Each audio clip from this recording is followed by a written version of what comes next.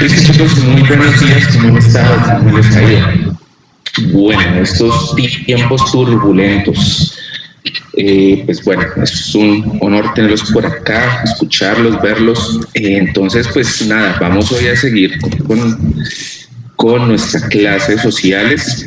Voy a hacer un pequeño repasito de lo que vimos en la semana pasada, antepasada, sobre lo que es la confrontación de estos dos modelos económicos que son el proteccionismo, keynesianismo y el neoliberalismo.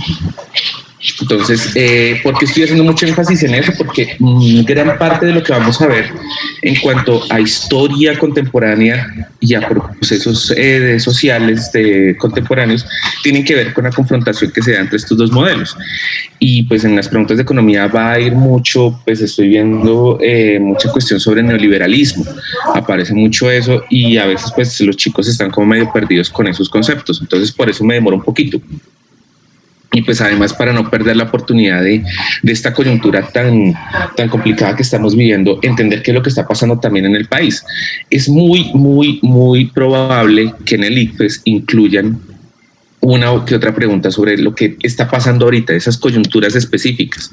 O sea, por lo general siempre el ICFES no pierde la oportunidad de mirar qué tan sintonizados están los estudiantes con lo que está pasando en la realidad.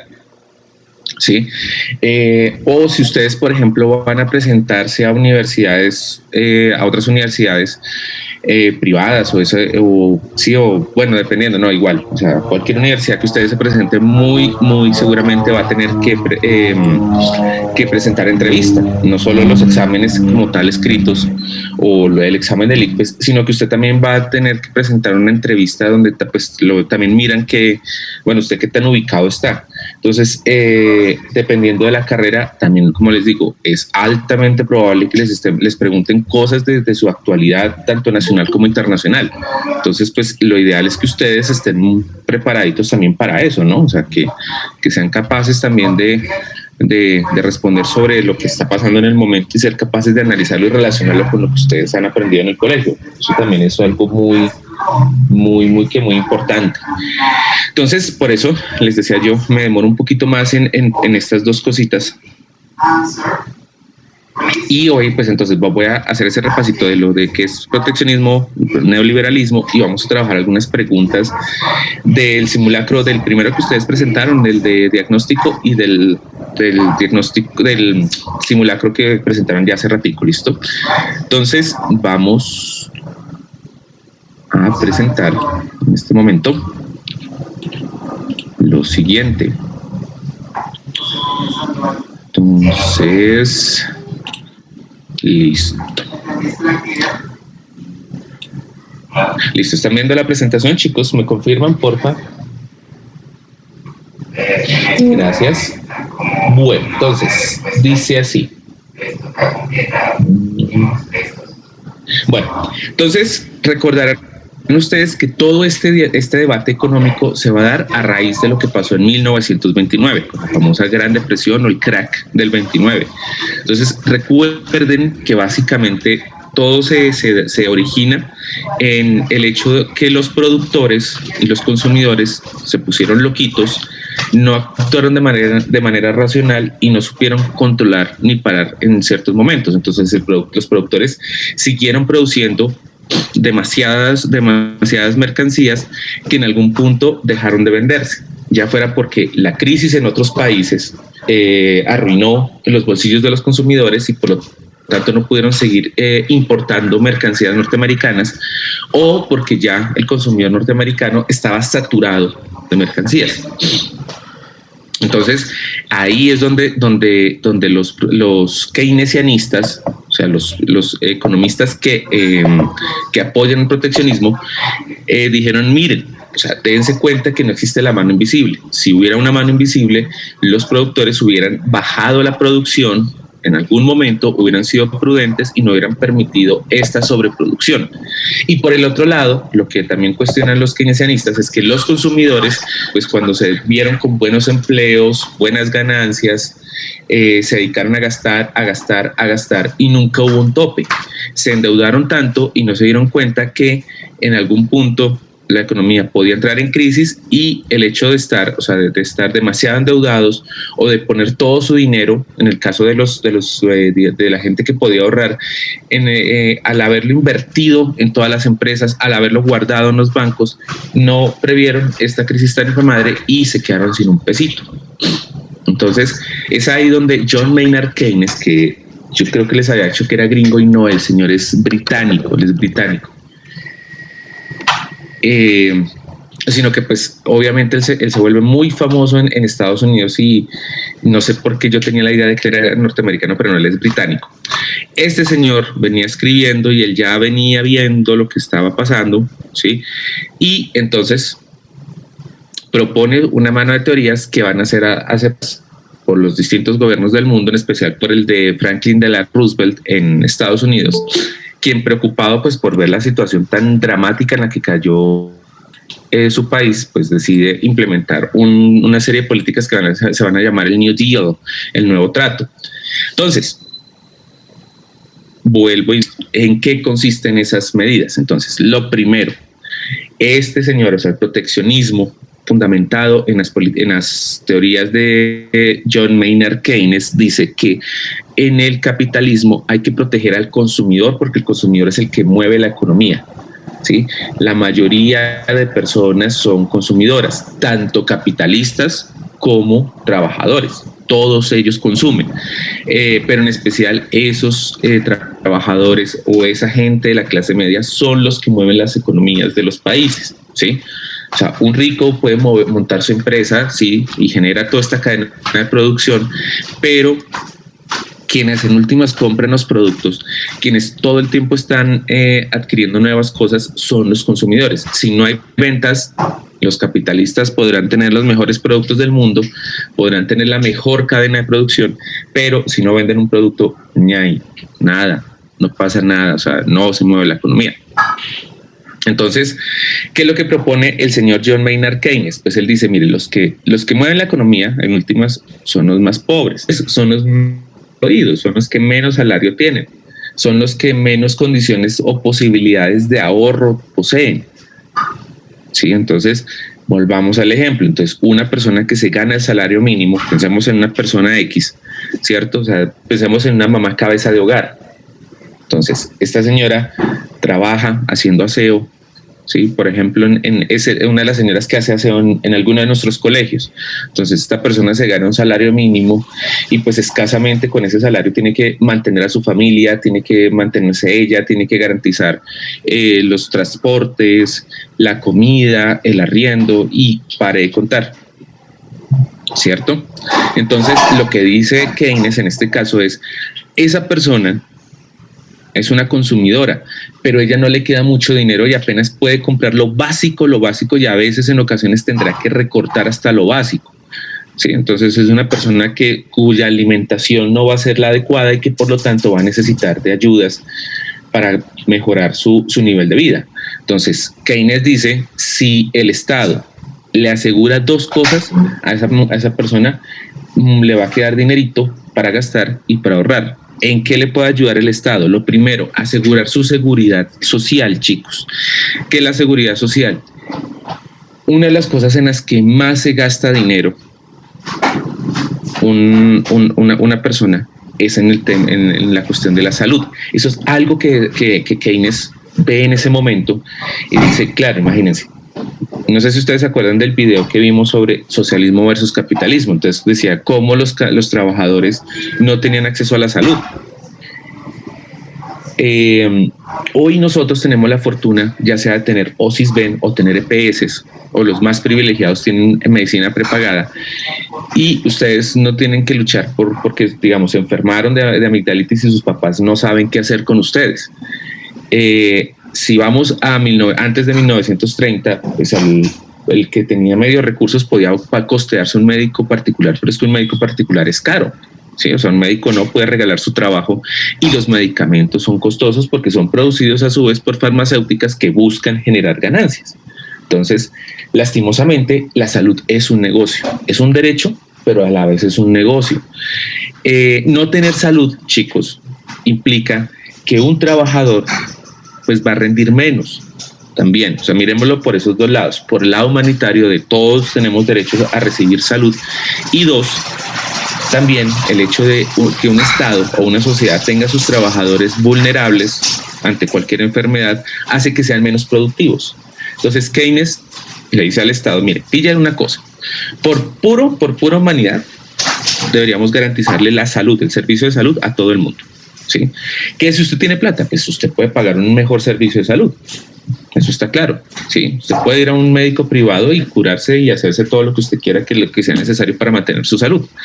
Pero si usted es pobre, que el Estado le garantice acceder a esa salud. Entonces, uno, por principio de humanidad, pero dos, porque perdemos mucha plata con trabajadores enfermos. Si yo tengo un trabajador, sea la señora del aseo, sea el profesor, sea el vigilante, sea el señor de la contabilidad, sea quien sea, y se enferman cada rato y no reciben una adecuada atención médica, pues van a ser personas que van a estar faltando a su trabajo cada rato. Y pues que lastimosamente, si se me enferman demasiado, pues yo como patrón los tengo que echar, ¿cierto? Y me toca volver a conseguir otro trabajador y volver a entrar en la misma. Entonces, por ejemplo, con el tema de las vacunas. Entonces, en la época en la que se desarrolla toda esta teoría, comienzan los procesos de vacunación masiva, porque se dan cuenta que cada vez, o sea, que las familias son numerosas, pero son numerosas porque también se mueren mucho los niños. Y pues eso implica que, digamos, si yo tengo una trabajadora, volvamos al punto, tenemos la aseadora del colegio. Entonces, si la aseadora del colegio tiene un bebé y este bebé se está enfermando cada rato y ella tiene que ir corriendo al hospital o se tiene que quedar en la casa cuidándolo, pues va a ser un día menos de trabajo. O esta mujer, por ejemplo, si le tocó trasnocharse todo el día cuidando a su bebé enfermo, pues no va a rendir lo mismo en el trabajo. Entonces Keynes dice, si le garantizamos que su bebé va a recibir atención médica oportuna, por ejemplo, lo vamos a vacunar y vamos a permitir que el niño vaya a controles y que esté todo el tiempo creciendo sano, pues va a ser, lo voy a decir de la siguiente manera, va a ser una molestia menos para esa persona. Sí, va a ser una molestia menos para el sistema y vamos a tener un futuro trabajador sano que no se va a enfermar tanto. Entonces, el Estado le debe garantizar, uno, la salud. Dos, que una cosa que es angustiante, que era muy angustiante y aún hoy en día, eso nos tiene que preocupar bastante y más en estos momentos, es el hecho de qué vamos a hacer nosotros cuando una vez dejamos de ser productivos.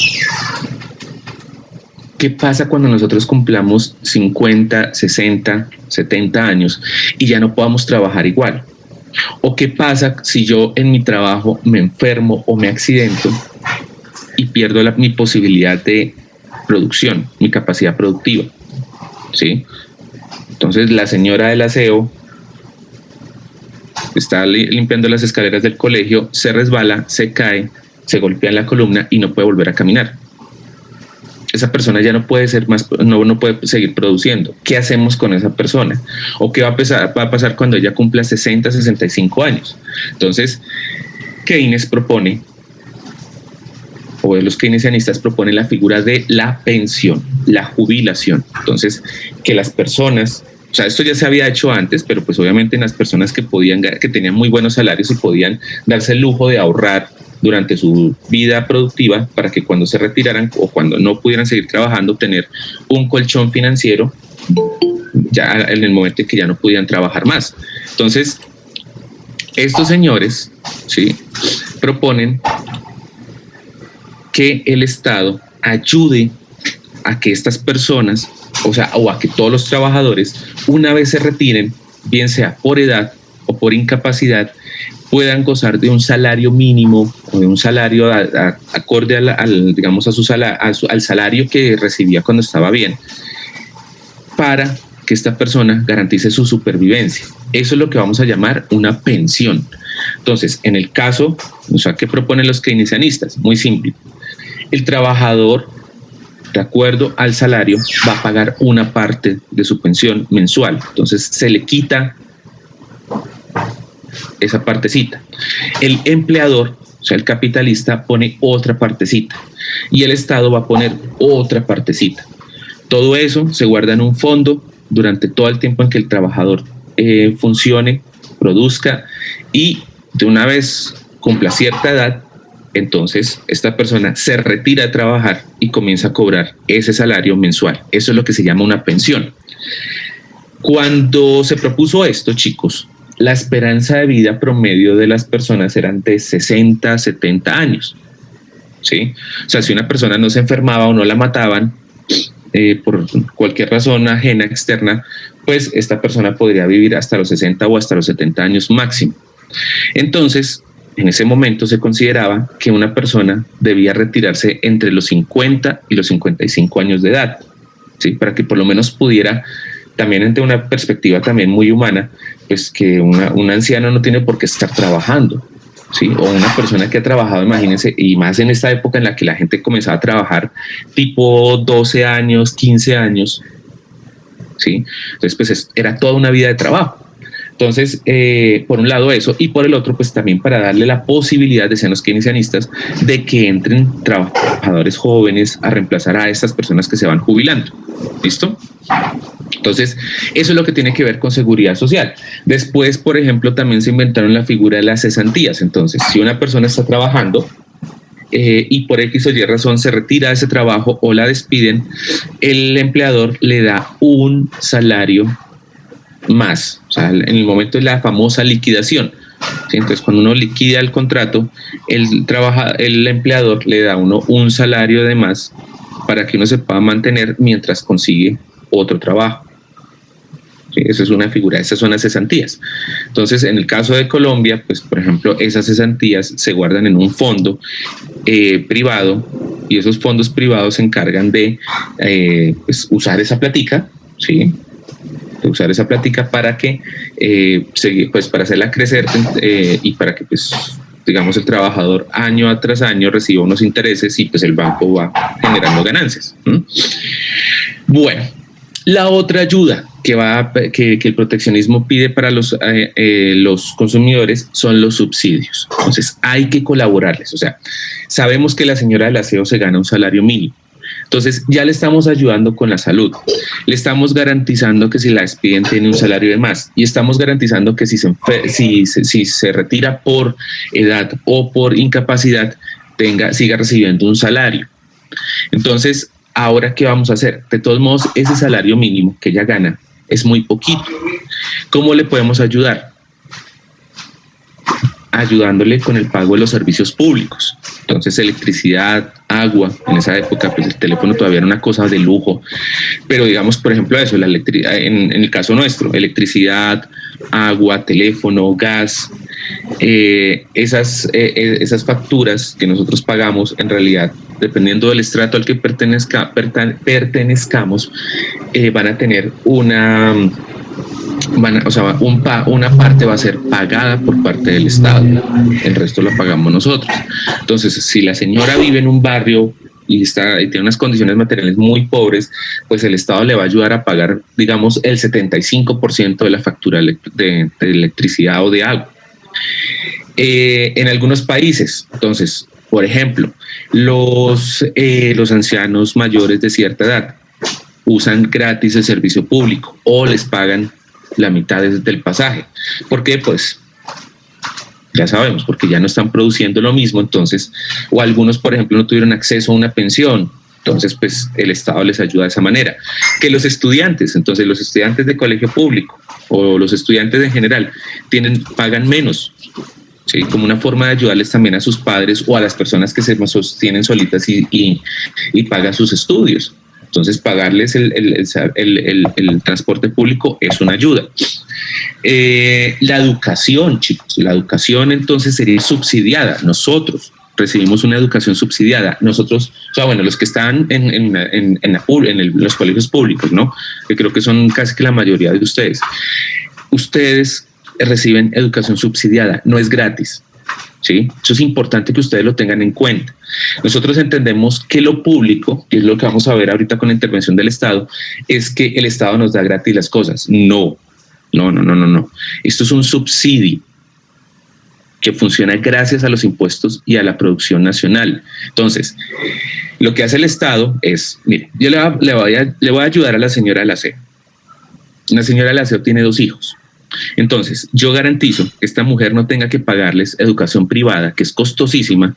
Entonces, que los hijos puedan estudiar, que puedan salir de bachilleres y que, por ejemplo, ya bachilleres pues tienen mejores opciones para conseguir trabajo en una sociedad ideal, ¿no?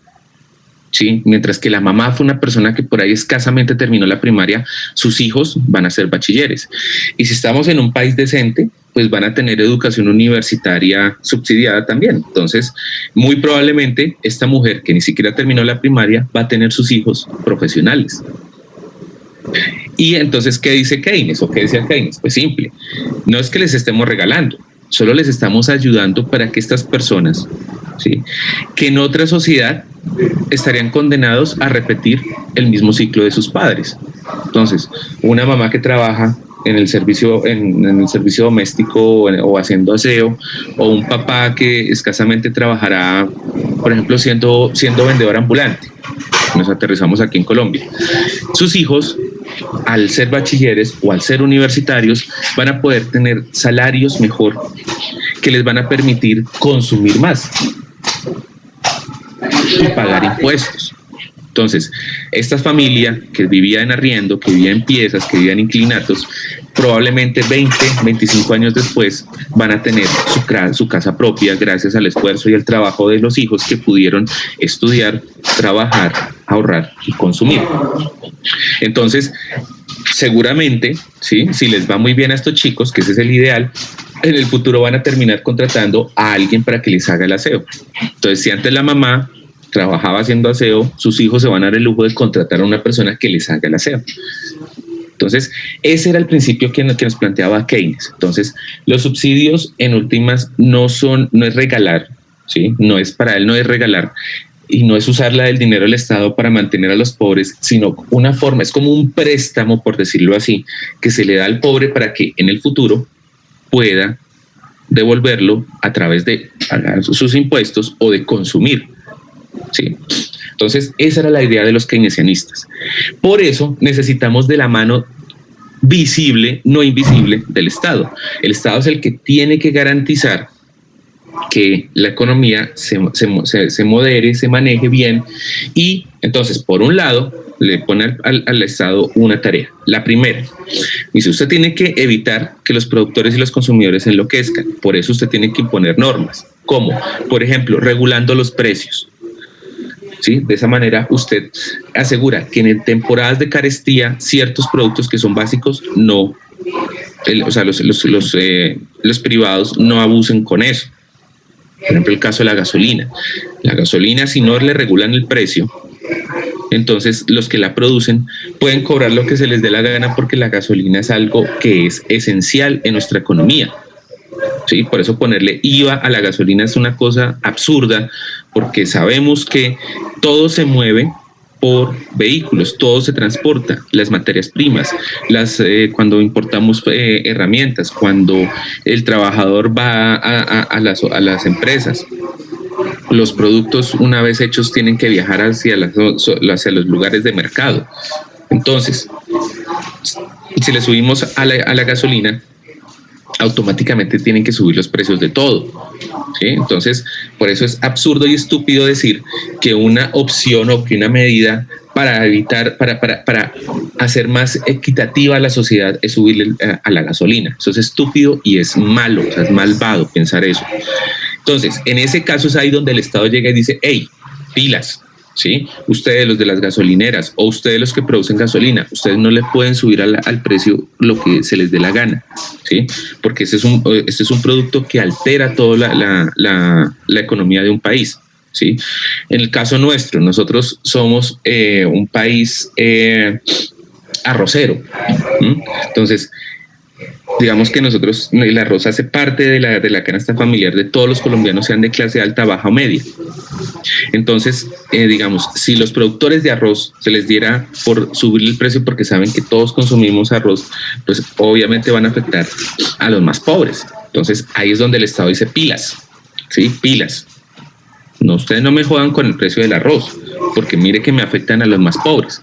O también por otro lado, nosotros somos un país cafetero. Bueno, éramos, eso ya se cayó ese ramo de nuestra economía. Pero nosotros somos un país esencialmente cafetero y hay muchas familias que dependen del precio del café.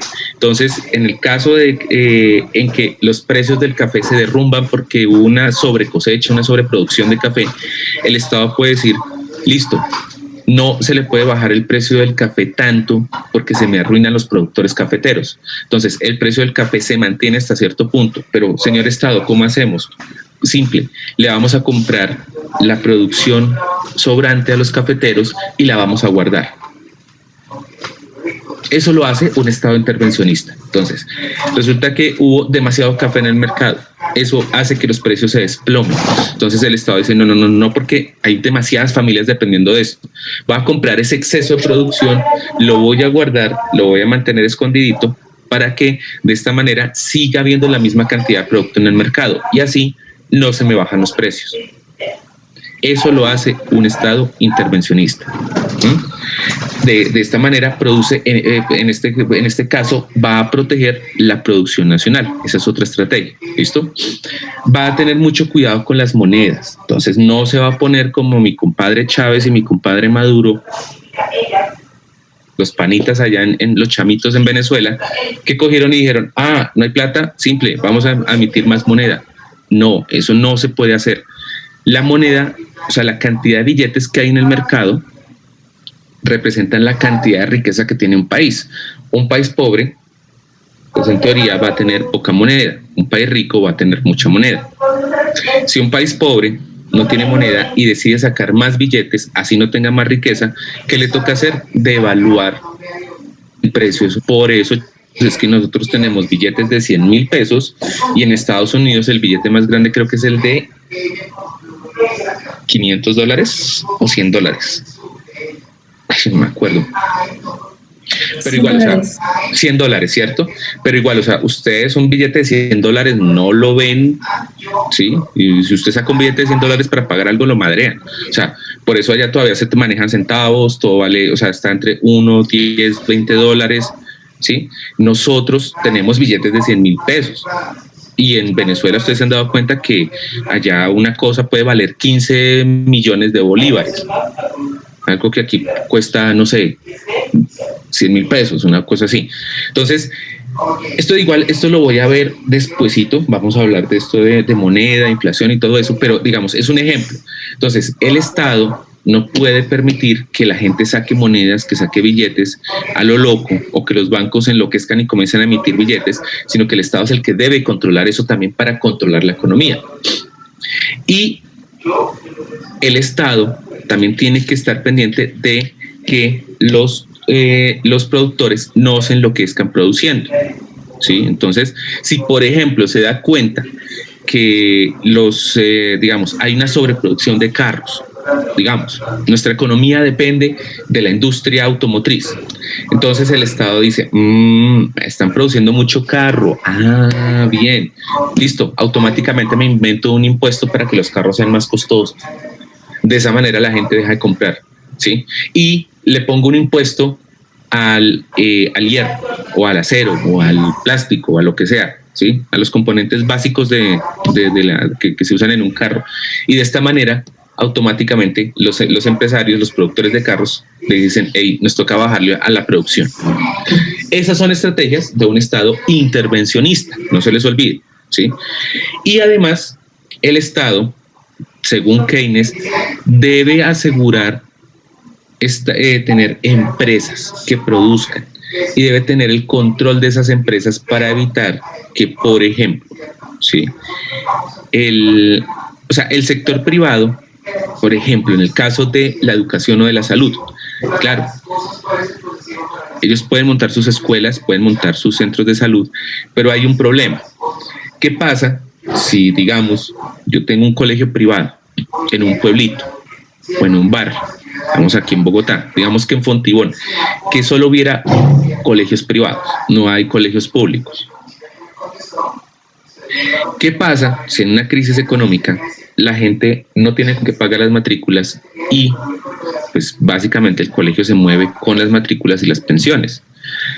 Pues que yo como dueño del colegio, si yo veo que no, la gente no me está pagando y que no me llegan nuevas matrículas, pues yo cierro el colegio. ¿Sí? Cuando hay hartos colegios privados, pues no hay problema. Pero resulta que yo estoy en un barrio donde el único colegio que existe, o estoy en un municipio, en un pueblo donde el único colegio que existe es privado. Si yo lo cierro, la gente de esa zona se va a quedar sin educación, ¿sí? Entonces, en ese caso, es donde el Estado dice, yo tengo que tener colegios para evitar ese tipo de cosas. Entonces, Keynes dice, no solo pasa en educación, no solo pasa en salud, sino pasa en muchos ramos. Y ahí es donde Keynes, por ejemplo, dice, si queremos asegurar que la gente se le subsidie la seguridad social y los servicios públicos, pues el Estado tiene que tener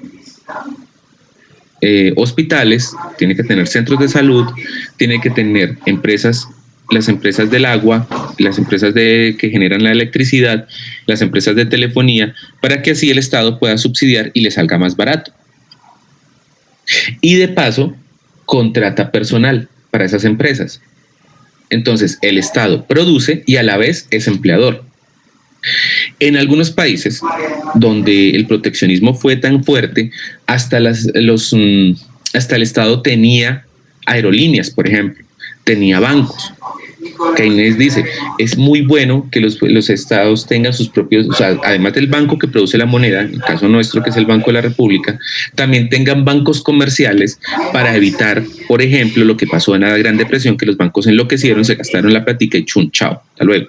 Entonces, el Estado también va a tener empresas y también va a producir puestos de trabajo y se va a encargar de producir aquellas cosas que son peligrosas dejárselas al sector privado. ¿Sí? Entonces, de esta manera, el Estado también interviene, o sea, produce también riqueza, también produce empleo y aumenta la productividad. ¿Listo? Entonces, para evitar depender del comercio internacional, que como Keynes lo vivió en su época, ¿sí? Que una guerra mundial que nadie se esperaba, se jodió las relaciones internacionales, afectó la venta de productos, la compra y venta de productos, de materias primas y de productos ya manufacturados. Entonces, Keynes propone, ¿sí?, que la industria nacional sea fuerte. De esa manera, en los estados no van a estar dependiendo del comercio internacional, que se puede ver afectado por una tragedia, por un desastre natural, por una guerra. Y a su vez, si tenemos una industria nacional fuerte, pues vamos a tener trabajo y vamos a tener producción para ese país. Entonces, ¿cómo puede ayudar el Estado? Entonces, ya vimos que uno, que tenga sus propias empresas. Dos, ayudar al sector privado nacional, también con subsidios, ¿sí? En este caso, entonces, por ejemplo, les pongo un ejemplo. Un productor de zapatos nacional, colombiano, monta su fábrica de zapatos, pero tiene que traer maquinaria del exterior, porque aquí no se produce. Entonces el Estado le dice, por cada máquina que usted compre, nosotros le vamos a pagar el 50% de esa maquinaria nueva que usted traiga. Eso es una forma de subsidiar la producción. Entonces, yo compro mi maquinaria, la traigo al país y solo pago el 50%. Que si usted, por ejemplo, dice el Estado, si usted, en este caso, resulta que nosotros tenemos un alto índice de madres cabeza de hogar, ¿sí?, de papás que se fueron a comprar cigarrillos y nunca más. Entonces, son mujeres que tienen que trabajar y por lo general tienen familias numerosas. Entonces, si usted como empleador contrata el 30% de sus trabajadores, madres, cabezas de hogar, le voy a bajar a los impuestos que usted debe pagar. Sí. Esas son formas de ayudarle a la producción nacional. Otra, la que les decía del café. Entonces, digamos, en el caso del café, en el caso de productos como de agricultura, entonces, ¿cómo le ayudamos a los campesinos? ¿Cómo le ayudamos a los productores agroindustriales, por ejemplo? Digamos que producimos mucho azúcar, ¿sí?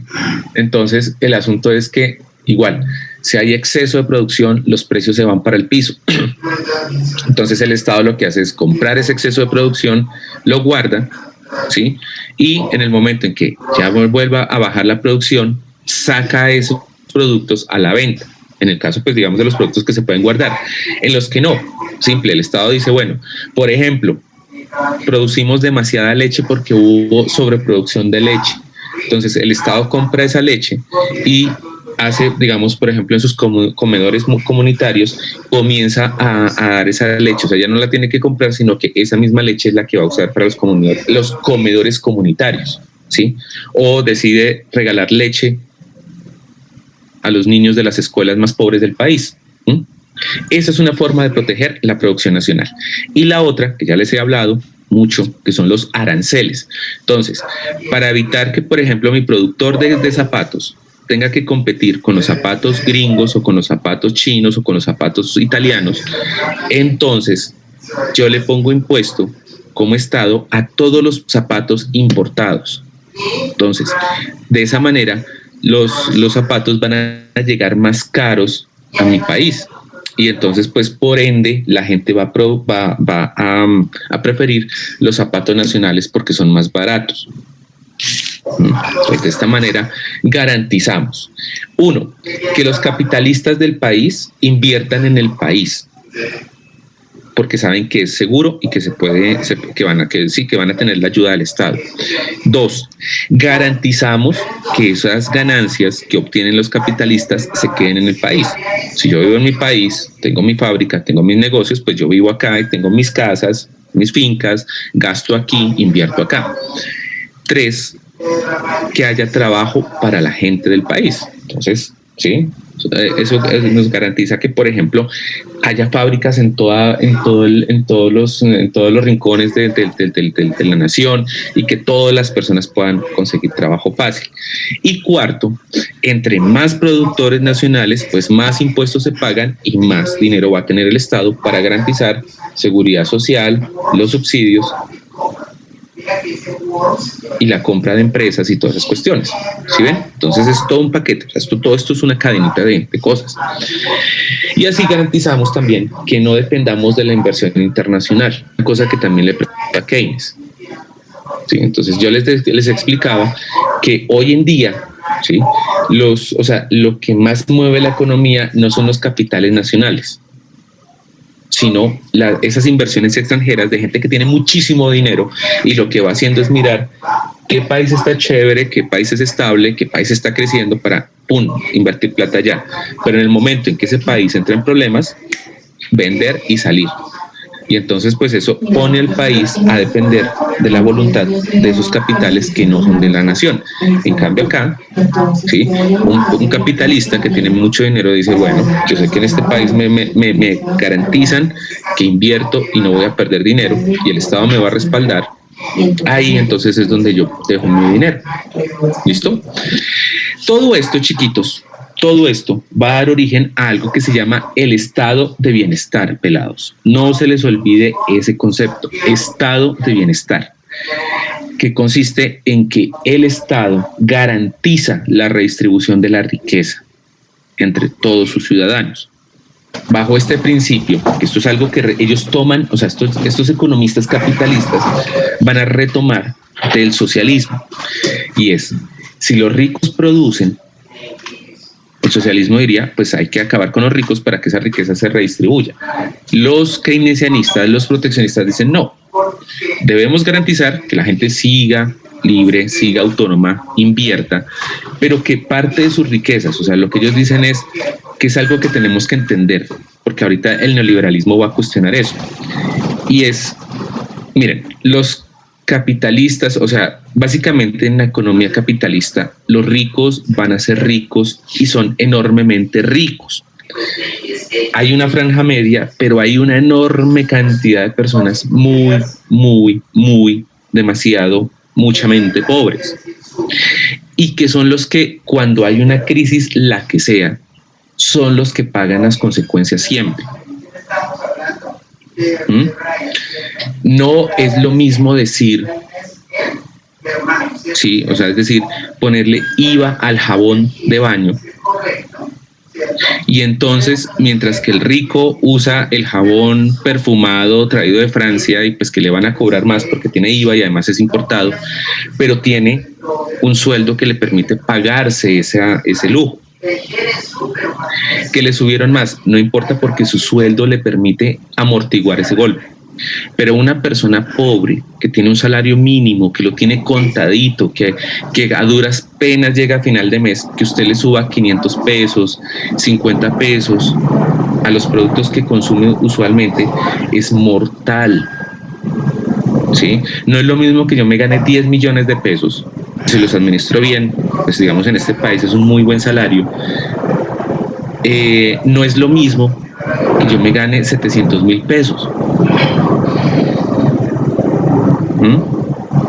Cualquier alza producto básico implica que el pobre tenga que prescindir de ese producto. Si le subimos a la leche, lo que sea, 50 pesos, 100 pesos, implica que van a ser no 100 pesos, sino muchos más pesos al final del mes. Entonces, esa persona va a tener que decir, parce, ya no podemos tomar chocolatico al desayuno, ¿sí? Sino que nos toca esa agua de panela porque es lo único para lo que nos alcanza.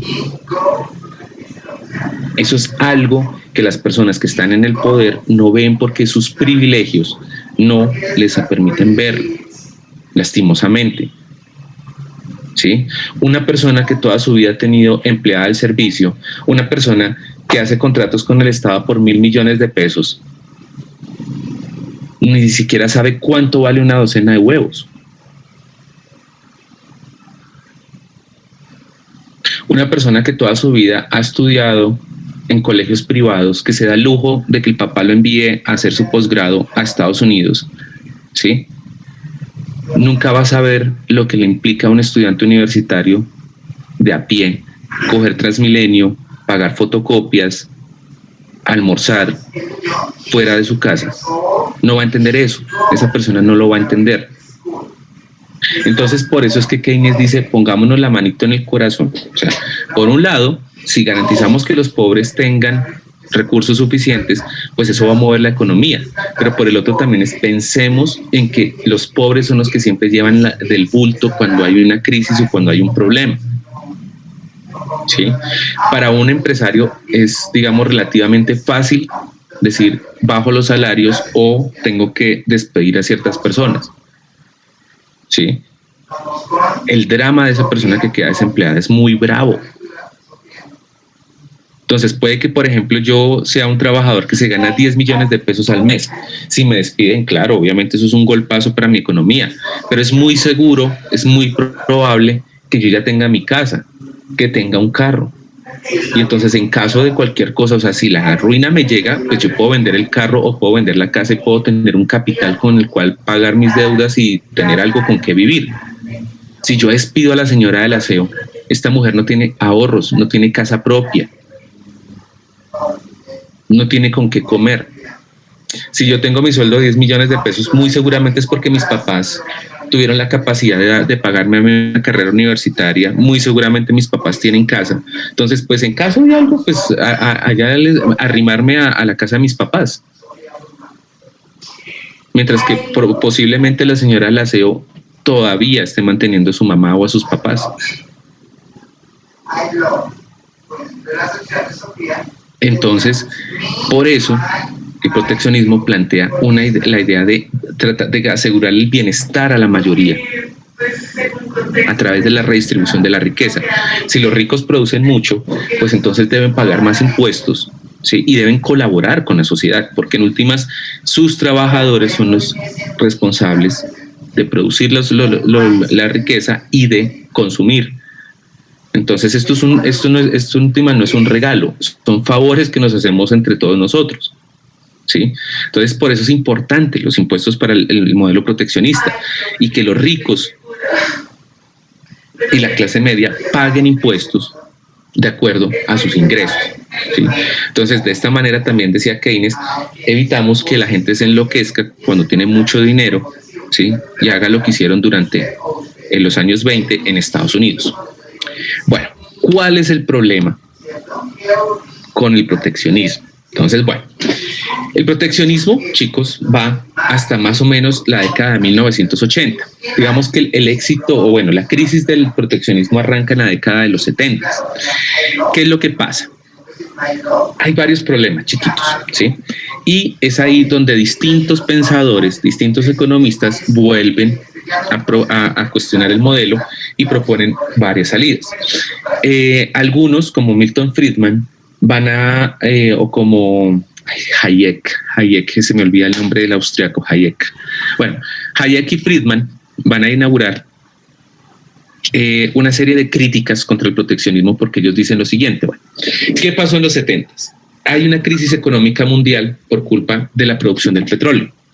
Resulta que hay escasez de petróleo porque las economías crecieron, efectivamente, o sea, el proteccionismo sí le dio al punto, crecen las economías además porque ya pasa la Segunda Guerra Mundial y nuevamente pues pasa un poquito lo que sucedió con el final de la Primera Guerra. Entonces hay un crecimiento mundial interesantísimo durante la década de los 50, durante los 60, pero en los 70 se estanca y entra en una crisis. Pero bueno, les decía yo, al aumentar la producción, aumenta la dependencia del petróleo. Entonces hay un momento en que hay escasez mundial de petróleo y hay una cantidad de cosas ahí además. Y entonces las economías del mundo se desploman. Pero detrás de eso también hay una cuestión, y es que el Estado, o sea, los países, cada país que acogió el proteccionismo, se volvieron estados tan gigantes y tan comprometidos con la economía que al final descubren, y eso es lo que denuncian Friedman y Hayek y la Escuela de Chicago, que son una serie de economistas de una universidad allá en Estados Unidos, descubren que el Estado se llena de tantas deudas y de tantas obligaciones que al final termina quebrado. Entonces, lo que ellos dicen es básicamente, mira, por ayudar a la gente, el Estado termina endeudándose. Y entonces resulta que ahí es donde aparece este fenómeno de la deuda externa.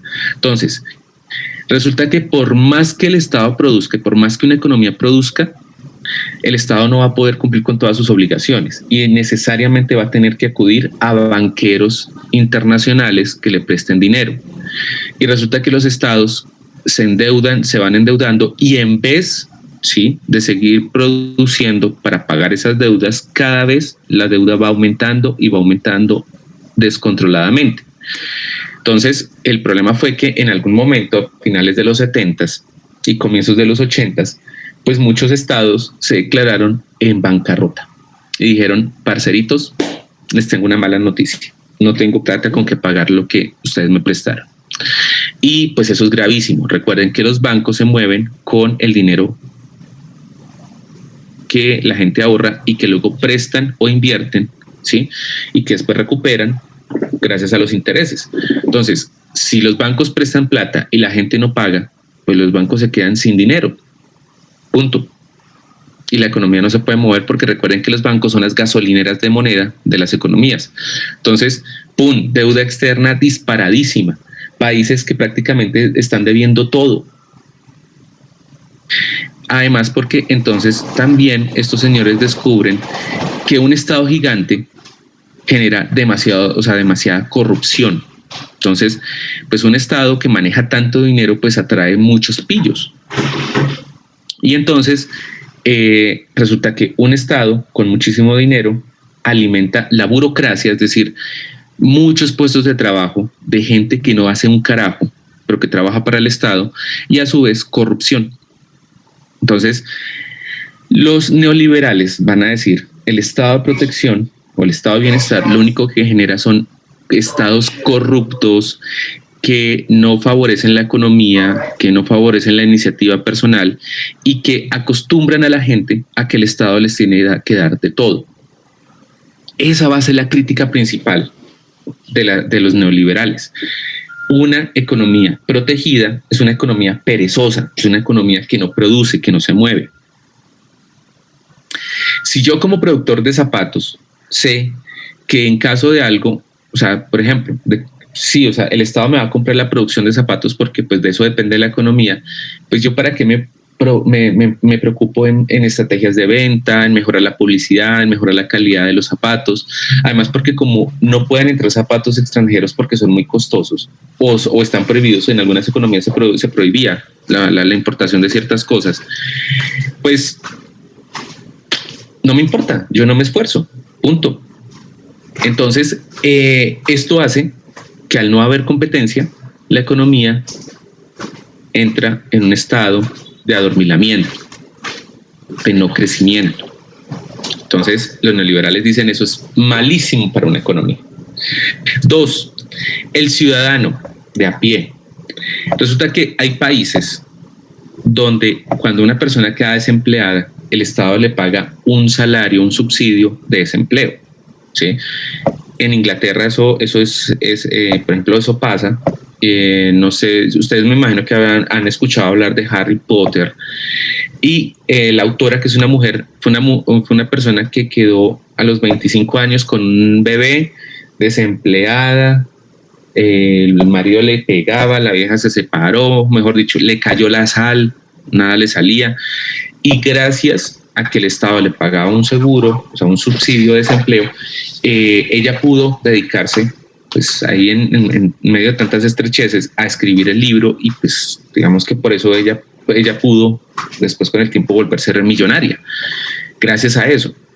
Pues bueno, resulta que los neoliberales comienzan a darse cuenta que así como hay gente como ella, que pues aprovechó el tiempo del desempleo para escribir, hay otros que simplemente pues se quedan vagando, porque pues si el Estado les paga, pues ¿cuál es la preocupación? Y los empresarios dicen, pues a nosotros no nos importa despedir gente y producir nuevos puestos de trabajo, porque para eso el Estado le paga a los desempleados. Simple, nos relajamos. Entonces, lo que dicen los neoliberales es que los subsidios generan esa falsa idea de que el Estado tiene que responder por nosotros todo el tiempo. Entonces, yo soy pobre, yo puedo tener hijos y el Estado me paga por tener hijos, me paga la educación de mis hijos, la salud de mis hijos, y yo no trabajo porque me dan también un salario de desempleo. Entonces, pues, ¿cuál es la preocupación? ¿Sí? Si el Estado, por ejemplo, me compra, o sea, si me da casa, si me da educación, si me da recreación, si me da transporte público, ¿yo por qué tendría que esforzarme para trabajar o para conseguir capital? Parezco bacaneado. Entonces, ahí el neoliberalismo dice, mire, estamos criando vagos, estamos criando larvas, estamos criando parásitos, tanto en los capitalistas como en la clase trabajadora, y eso hace que las economías se estanquen. Y esa es la razón por la cual la crisis que se está dando en los 70s es producto de esa idea del Estado proteccionista. Entonces hay que acabar con el keynesianismo, hay que acabar con el Estado de bienestar, hay que acabar con las medidas proteccionistas. Entonces los neoliberales van a proponer lo siguiente. Entonces, lo primero, vuelven a insistir, el que mueve la economía es el capitalista, no el consumidor. ¿Sí? Porque no nos sirve darle subsidios a los consumidores, porque no va a haber plata suficiente. Un Estado no se puede estar endeudando para ayudarle a los consumidores. Y segundo, ayudarlos los vuelve perezosos y vagos y mantenidos. Ayudémosle al productor más bien. ¿Cómo le vamos a ayudar? Entonces, lo primero, dejar que nuevamente la economía se maneje solita, que el Estado no se meta, que el productor tenga libertad, ¿sí? Y al haber libertad, hay que incentivar la idea del emprendimiento, ¿sí? Estos señores son los que nos van a traer ese concepto de que la pobreza es mental, que precisamente si yo le regalo todo al pobre, pues el pobre se acostumbra a que el Estado le dé. Pero si yo le exijo al pobre, o sea, si yo lo pongo a trabajar, si lo pongo a competir, pues el pobre tiene que entender que tiene dos opciones: o se muere de hambre o sale a buscar la papita. Y lo mismo pasa con los productores. Si el Estado no les colabora, el productor tiene dos caminos: o gastarse la platica, mecateársela en cositas, o invertirla y sacarle ganancia.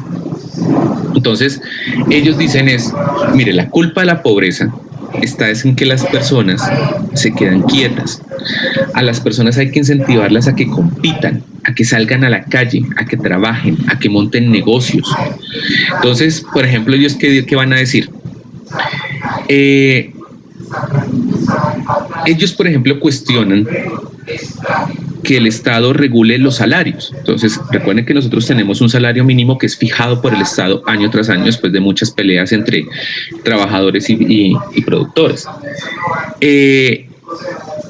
Y el Estado, por ejemplo, obliga a que haya contratos de 8 horas, a que las horas extras se paguen más caras, a que si usted trabaja domingos, ahorita no, pero si usted trabajaba los domingos, pues que le paguen más porque es su día de descanso, a que usted le paguen su pensión, su salud, su seguridad social, todo eso. Una cosa legal, usted como empleador no puede saltarse eso porque si no usted está en contra de la ley. Los neoliberales dicen quitemos toda esa vaina y dejemos que el trabajador y el productor negocien sus contratos de trabajo y asimismo, ¿sí?, que el empleador diga yo no tengo por qué pagarle salud, pensión, cesantías, extras, no, usted mire a ver, o sea, mire, yo le propongo que usted me trabaje 5 horas, trabájeme en turnos de 4 horas, le pago un poquito más la hora, pero usted se paga su salario, sus servicios de salud, su pensión y todo eso. Los famosos contratos horas trabajan a todos por prestación de servicios. ¿Sí? Entonces, la idea es que esto haga que la gente empiece a pensar cómo se gana la papita y cómo salimos de la inmunda.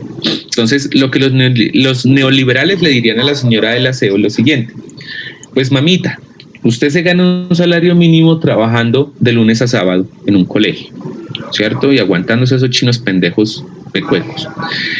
Pues mamita, monte su propia empresa, organícese con otras señoras del aseo, organícese con su comadre y su amiga, las tres, y monten una empresa de aseo para la gente de su barrio. Muchos son trabajadores, ¿cierto? Muchos les toca salir a trabajar, los niños se van a estudiar, pues ofrézcanle los servicios de aseo. Usted puede cobrar menos de lo que le cobraría una empleada de trabajo, una empleada de una compañía de aseo, por ejemplo, a una panadería o a un salón de belleza. Entonces usted se ofrece y les dice, mire, yo le hago el aseo todos los días. Usted tiene su salón de belleza, ¿cierto? Entonces usted lo quiere bien limpio al iniciar el día y al terminarlo. Entonces yo le hago el aseo, voy y le trabajo, le hago el aseo en 1 hora. ¿Sí? Y a su vez me voy allí al apartamento de tal, a la casa de tal, ¿sí? Y así yo trabajo. Y con mis otras 2 compañeras ofrecemos servicios de aseo. Eso es lo que se llama emprendimiento. Entonces los neoliberales dicen, eso es lo que toca hacer, a la gente hay que obligarla a que salga de su zona de confort, a que no vivan cómodos, a que esperen a que el Estado les esté pagando de todo. Entonces ahí, ¿sí?, eso va a mover la economía. Al Estado, el Estado no tiene que tener empresas, no tiene que dar subsidios, nada de esa vaina. El Estado lo único que tiene que hacer es garantizar que haya seguridad en el país, que haya estabilidad institucional, o sea, que políticamente no haya problemas, que no haya paros, que no haya oposición, que no haya gente jodiendo allá. No, que el Estado, o sea, que políticamente estemos tranquilos, que hayan elecciones, que el presidente gobierne bien, que sus ministros sean chéveres, que no hayan revoluciones, que no hayan nadie de estas personas estén jodiendo ahí la existencia con paros y protestas y esas vainas, sino que no, pues que la gente pueda trabajar, que la gente pueda estar segura, que no haya ñeros, que no haya ladrones, que no haya guerrillos, que no haya paracos, nada, que esté la sociedad estable. Y esto va a generar la famosa confianza inversionista. Si vemos un país estable, si vemos un país donde la gente trabaja, si vemos un país donde la gente no está haciendo revoluciones ni paros, ni nada de esas jodas, pues ahí yo puedo invertir mi dinero y atraemos capitales internacionales. Y que el Estado venda sus empresas. Eso es lo que se va a llamar la privatización, chicos. Todas las empresas que eran del Estado, véndanlas. Con eso, primero, el Estado no tiene que estar pensando en vainas económicas. El Estado tiene que estar pensando en solucionar los problemas como eso, la seguridad y la estabilidad. Segundo, no tiene por qué estarse endeudando. Entonces, vende las empresas, las vende bien porque son empresas muy buenas, las vende bien caras, con eso paga las deudas y con eso asegura las finanzas. Y además, pues quítese de encima todos esos subsidios, quítese todo eso, porque si la economía crece, va a haber suficiente dinero, va a haber trabajo, van a haber buenos salarios, si llegan los inversionistas, pues van a haber más oportunidades de crecimiento de la economía. Entonces quite subsidios y quite ayudas. El Estado no tiene por qué hacer eso, además porque mal acostumbramos a la gente, ¿sí? Y ellos creen firmemente en el libre mercado. Dejemos que sea la competencia la que haga que los precios de una economía se mejoren. Ellos siguen creyendo, chicos, que la economía se debe manejar solita, que sí, que la embarramos en el 29. Ay, pero, parce, eso fue en el 29. Nosotros ya aprendimos, ¿sí? Dejemos que la competencia, la iniciativa personal y la iniciativa de los inversores privados sean la que mande. ¿Listo? Entonces, estos señores dicen que, o sea, primero, a la gente hay que moverla, hay que ponerla a pelear, hay que ponerla a competir, hay que despertarla, hay que sacar ese tigre, ¿sí? Hay que hacerlos estos tiburones para que sean ellos los que busquen con su iniciativa mejorar su vida. Una persona que depende del Estado es una persona que siempre se va a conformar con poco. Entonces nos dicen, miren el espejo de Venezuela, ¿sí? Entonces la gente prefiere apoyar el régimen de Maduro, el régimen chavista, porque saben que tienen gratis ciertas cosas, que si cae Chávez, si cae Maduro, les va a tocar trabajar. Entonces por eso muchos siguen apoyando a Maduro, ¿sí? Porque prefieren vivir de la teta del Estado, así coman una libra de lentejas al mes, a tener que trabajar. ¿Sí ven? Entonces, espérenme que alguien entró. ¿Qué pasó ahí? A la hora de entrar, leía. Bueno, entonces, este modelo, ¿sí? Lo que ha hecho en los últimos años es profundizar la desigualdad y las injusticias en el mundo. ¿Por qué, chiquitos? Porque volvemos a lo que pasaba antes de 1929. Entonces tenemos grandes empresas, grandes capitalistas que se dan el lujo de crecer y crecer y crecer, y como ya no tienen el control del Estado, pues abusan de los contratos laborales. Entonces, por ejemplo, muchos de ustedes, ¿sí?, ya no van a tener la opción, y ya sus papás ya lo están viviendo, de tener contratos a término indefinido. Eso ya no existe. Los neoliberales sumamente negativo. Además, ellos le dicen a uno usted tiene que buscar siempre la mejor opción, usted no se puede estancar, usted siempre tiene que mejorar. Y le botan toda la responsabilidad a las personas. Entonces, cuando ustedes escuchan a ciertos senadores de nuestro país, como la senadora Cabal, María Fernanda Cabal, o Paloma Valencia, o a este señor que es un tuitero, que es una persona que, ay, sagrado rostro, Miguel Polo Polo, ellos dicen que la responsabilidad de la pobreza es de los pobres. Entonces, usted es pobre porque quiere, ¿sí? Porque si usted, o sea, ¿por qué el Estado nos tiene que dar educación pública? No, trabaje y estudie, porque usted al trabajar comienza a valorar lo que usted gana.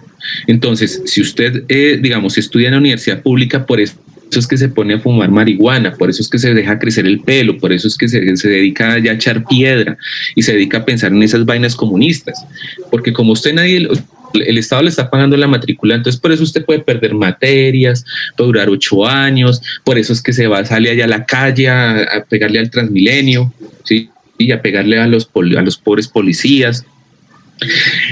En cambio, si usted trabaja, usted sabe que cada peso que está ganando cuesta. Y entonces usted, al pagarse su universidad, entonces usted ya no puede perder el tiempo, usted ya no puede ponerse a fumar marihuana, ni a dejarse crecer el cabello, ni a pegarle a los policías, ni a quemar Transmilenios. Le toca a usted concentrarse a estudiar. Y si usted estudia así juicioso, pues va a terminar rápido y va a poder conseguir un mejor trabajo apenas se gradúe, ¿cierto? Y entonces lo que dicen los economistas neoliberales es, pues, parce, usted no tiene plata porque su papá no tiene capital, endeúdese. El endeudarse mueve a usted, el banco mueve ese dinero, ¿sí? Y además lo pone a usted a trabajar, a no dormirse, ¿sí? Y que entonces si usted no le alcanzó la plata trabajando, pues móntese su negocito en la universidad. Entonces, si usted le va bien en matemáticas, pues por ejemplo ofrezca asesorías en su barrio, para los chinos de su colegio, o allá en la universidad, tutorías para los que están perdiendo. O sea, y cobre sus, o sea, todo o sea, mire dónde hay negocio, ¿sí? Entonces abra los ojos porque el negocio está ahí. Obviamente, vuelvo, insisto, hablar de esto es hablar desde el privilegio. Entonces, como ustedes verán, por ahí varios memes que han estado de moda ahorita, pues es muy fácil, ¿sí? Entonces es muy curioso que sean estas personas, o sea, una persona que tiene casa, que su papá le paga, que va a una universidad privada, que tiene la posibilidad de llegar a su casa todos los días a comer y hacer trabajos, ¿sí? Que hasta usted tiene su computador, tiene su buen internet, tiene su buena cama, todo eso, que salga a decir a los demás que es porque usted le faltó, o sea, usted es un perezoso y que usted no estudie es porque le falta pereza y motivación, pues es absurdo. Entonces, los neoliberales por lo general son personas que desprecian y que desconocen la realidad de los pobres. La pobreza no es una cosa mental solamente. La pobreza consiste en falta de oportunidades. La pobreza consiste en que una persona se ve condenada a no salir de esa situación que la tiene en la pobreza, porque toda la sociedad está construida para que se quede ahí.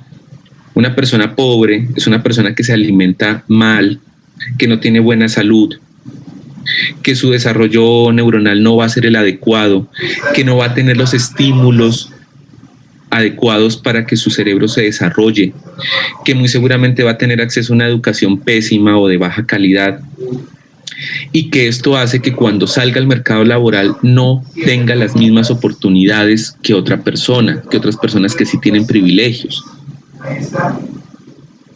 No es lo mismo graduarse de un colegio en Patio Bonito que graduarse del Santa Ana de Fontibón o graduarse del Gimnasio Moderno o del Nueva Granada.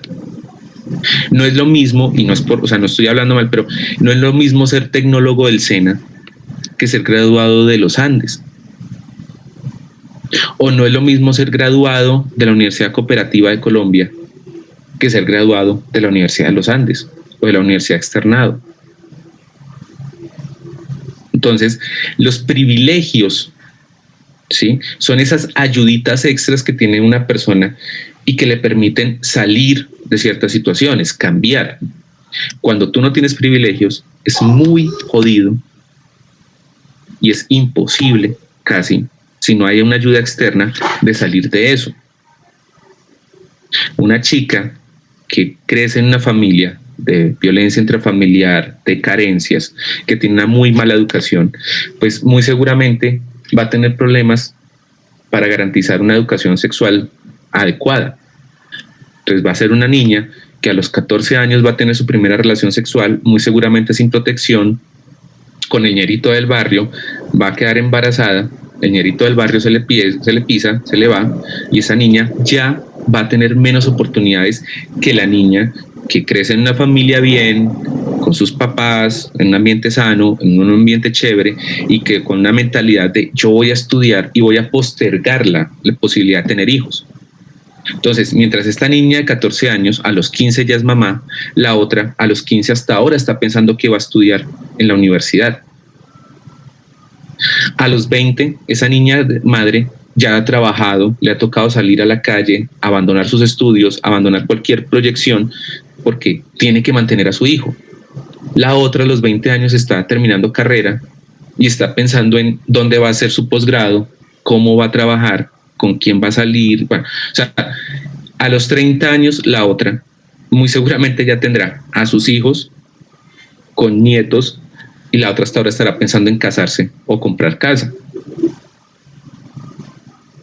Entonces, por eso, ¿sí?, lo que estamos viviendo en este momento, y por eso les decía yo, por eso quería como enfatizar en esto hoy, en esta clase específicamente, es que las medidas económicas, ¿sí?, tienen que tomarse en consenso, porque obviamente tenemos que tener en cuenta tanto a productores como a consumidores a la hora de tomar una decisión como una reforma, en este caso la reforma tributaria o la reforma a la salud. El país está en la mala, ¿sí? Porque nosotros tenemos una mezcla entre estado de bienestar y estado neoliberal, ¿sí? Chile está mal. En Chile hubo una... A ver, les cuento el caso de Chile para que vean ustedes cómo el estado neoliberal fracasó. Resulta que en 1970 en Chile apareció un candidato para presidente que podríamos decir que es como el Petro de allá, o el Chávez, o el Evo Morales de Bolivia, o el... se me olvida el nombre del de Ecuador. Ay, se me olvidó. Correa, el presidente Correa digamos, es el señor Salvador Allende. Entonces es un tipo de ideología socialista que pues él plantea que hay que profundizar toda esta idea del proteccionismo, pero llevarlo a un extremo más, pues que de verdad le ayuda a la gente. El tipo gana las elecciones en el 70, 71, no me acuerdo. Sube al poder y comienza a hacer una serie de medidas y de reformas muy interesantes, pero a la vez también cometió muchísimas equivocaciones. Y digamos que el tipo, bajo esta retórica de ayudarle al pueblo, comenzó a darle duro también pues, a los productores y a la burguesía, y pues se los echó enemigos.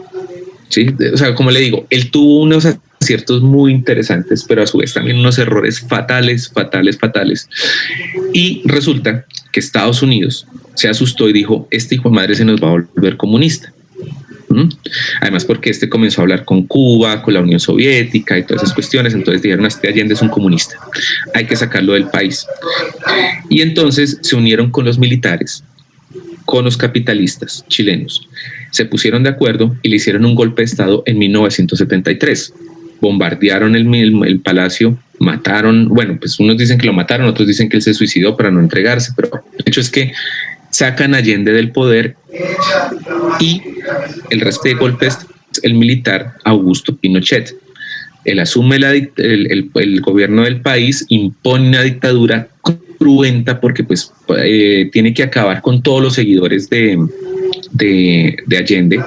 Entonces desaparecen a muchísima gente, la torturan, los asesinan, a otros los amenazan, entonces mucha gente tiene que salir de Chile, ¿sí? Y él básicamente limpia a Chile de todos los socialistas y de todos los seguidores de Allende.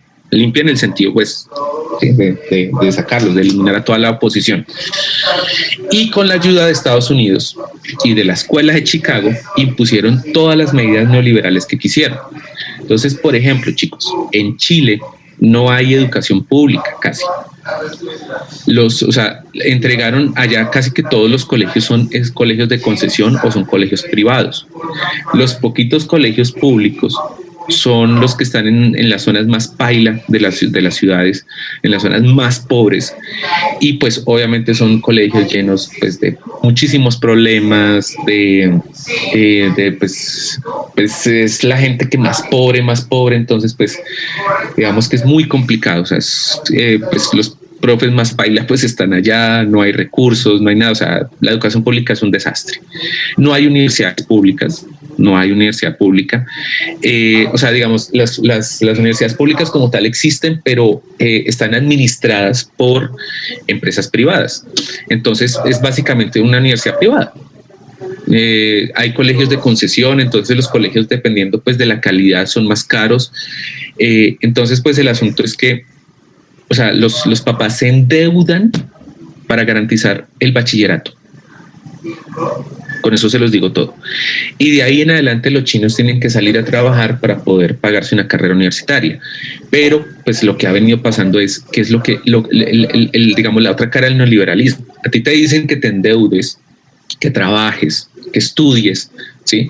Para salir adelante. Pero una vez esta gente se gradúa, van a salir y no consiguen buen trabajo. Porque como no hay una regulación de los contratos, los capitalistas le ofrecen a uno cualquier dinero por contratarlo.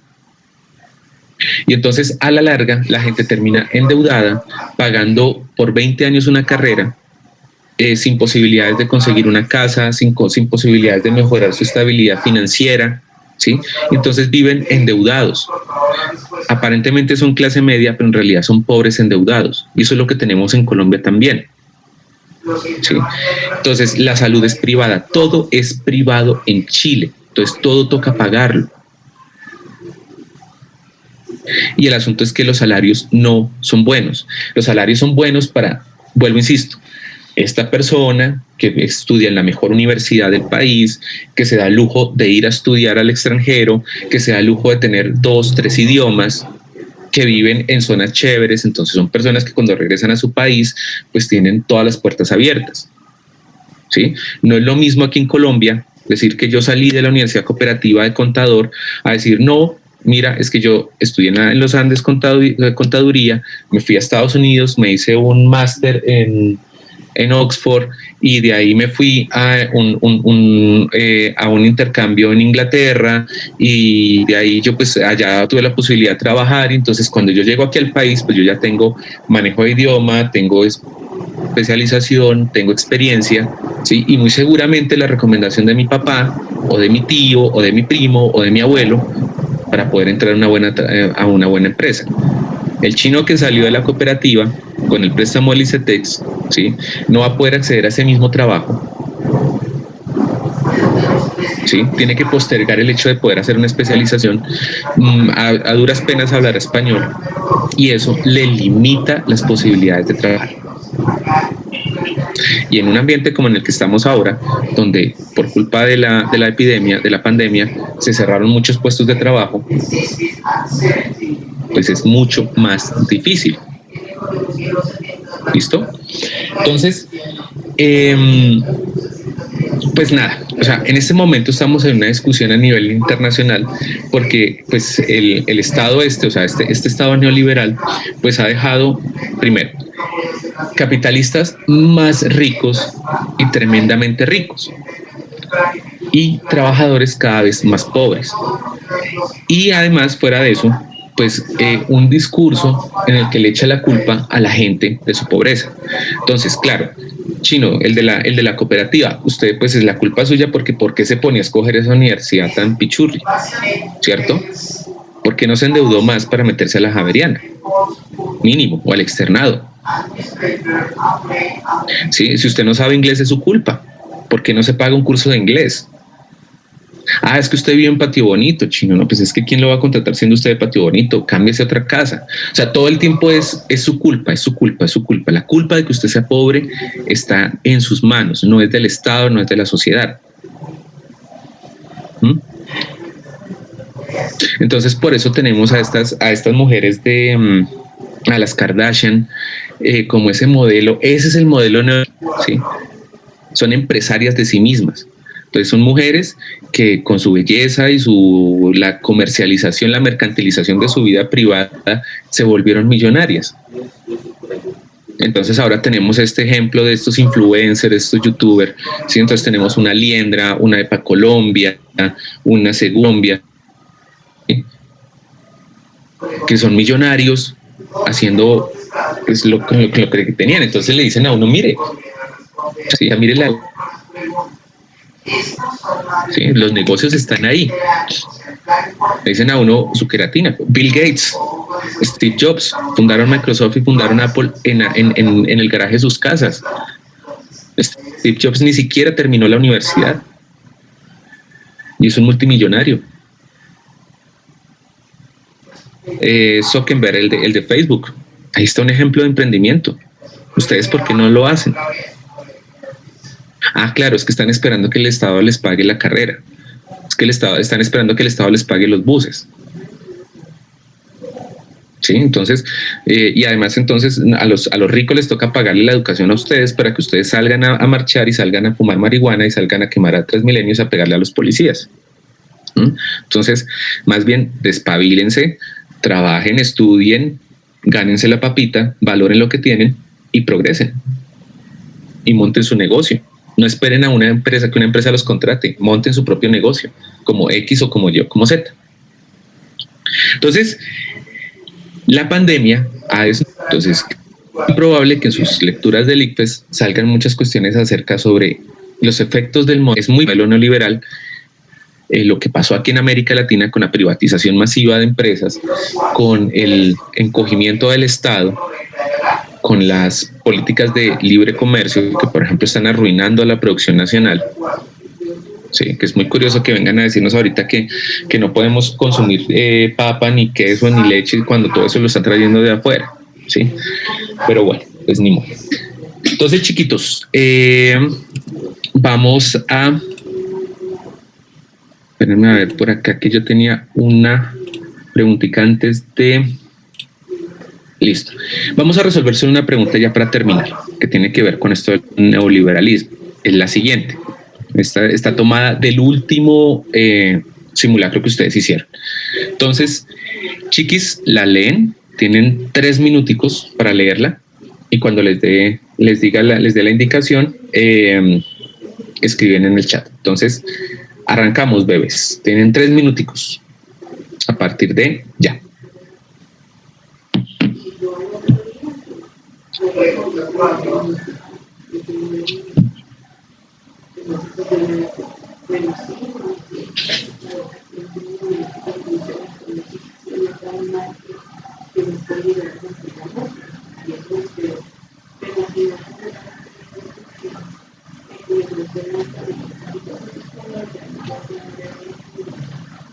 Entonces están ahí la pregunta 4.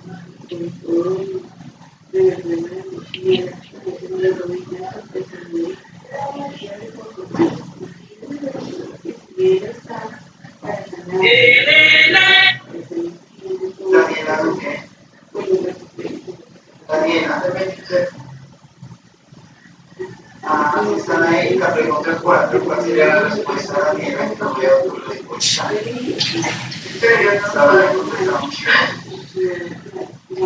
All right.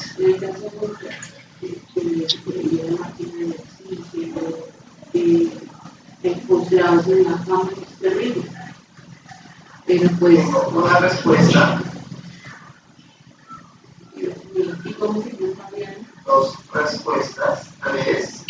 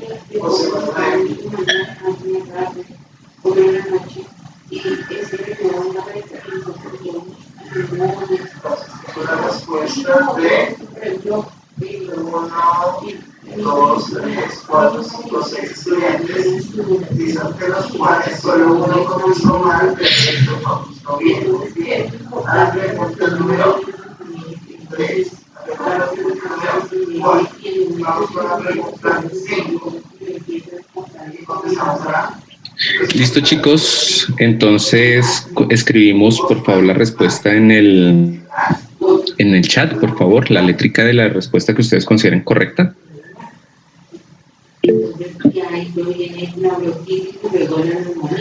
Entonces vamos escribiendo, por favor.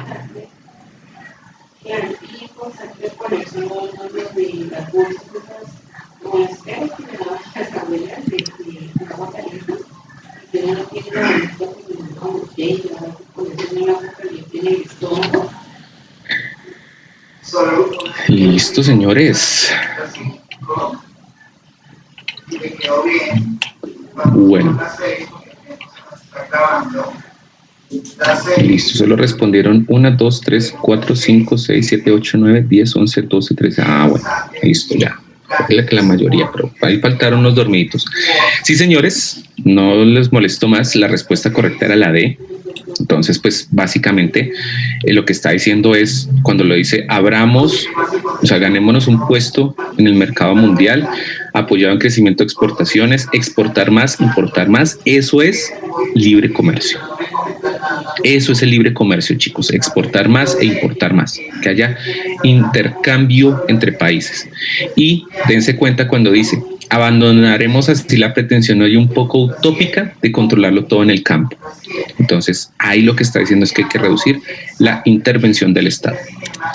Bueno, chiquitos, espero que les haya quedado claro toda esta cuestión. Yo sé que esto es un poquito complejo a veces. Me demoré en esto hoy, esta clase, precisamente porque de aquí en adelante, cuando veamos historia de Colombia e historia contemporánea, vamos otra vez a tener que volver a todas estas discusiones. ¿Listo? Entonces, por eso para mí era muy importante. Además, porque pues a veces esto en economía se pierde un poquito. Pues muchos de ustedes tuvieron que haberlo visto el año pasado en 10º o en 9º, pero pues el año pasado ustedes saben lo que pasó. Entonces, pues precisamente por eso pues me demoré un poquito en estas situaciones. ¿Listo? Chicos, se les aprecia mucho.